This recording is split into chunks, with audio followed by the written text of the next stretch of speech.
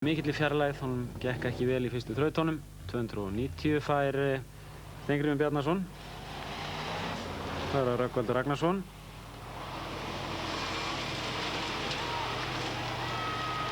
Já. Einn dómarinn hefur þó séð athugavert við þetta hjá honum. Eins og Haraldur gerir. Þessi bíll er óbreyttur, hoppar talsvert mikið. Hann fekk þarna 285 stig. Kristján Finnbjörnsson.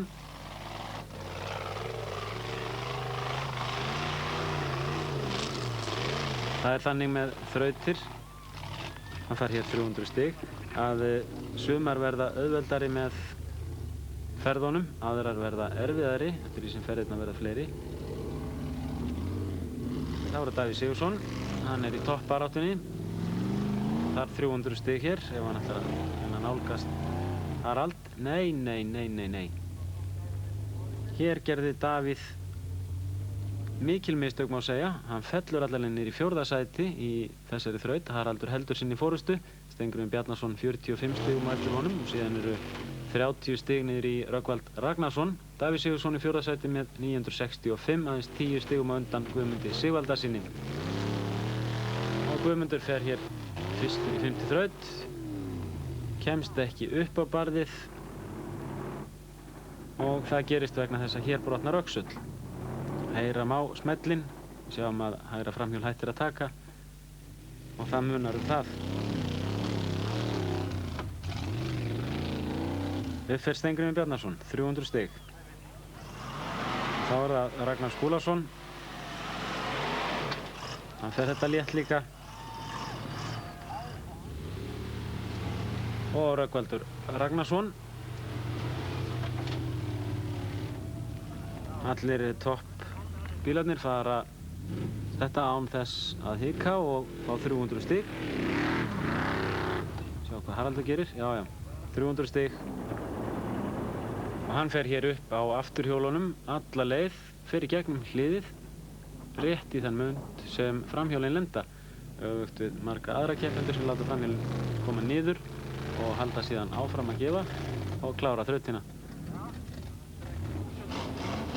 Nú er að sjá hvað Davíð gerir.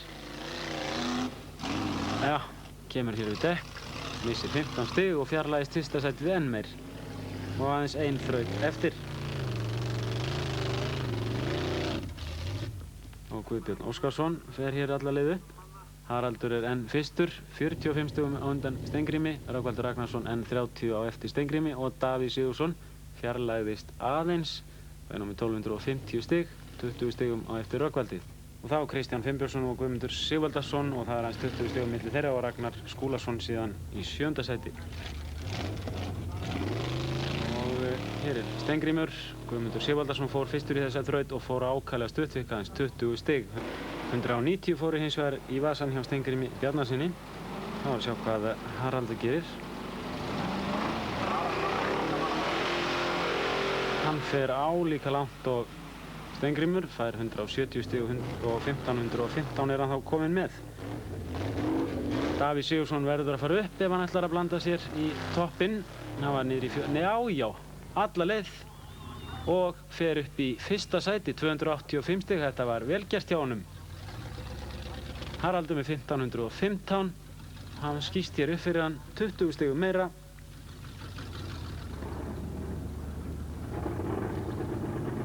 Og þá eiga nú aðrir keppendur ekki möguleika á að breyta þessu.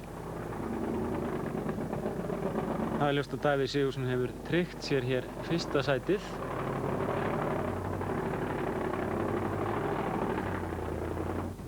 Geysilega vel gert hjá honum eftir tiltölulega slakan miðhluta í keppninni að þessu sinni.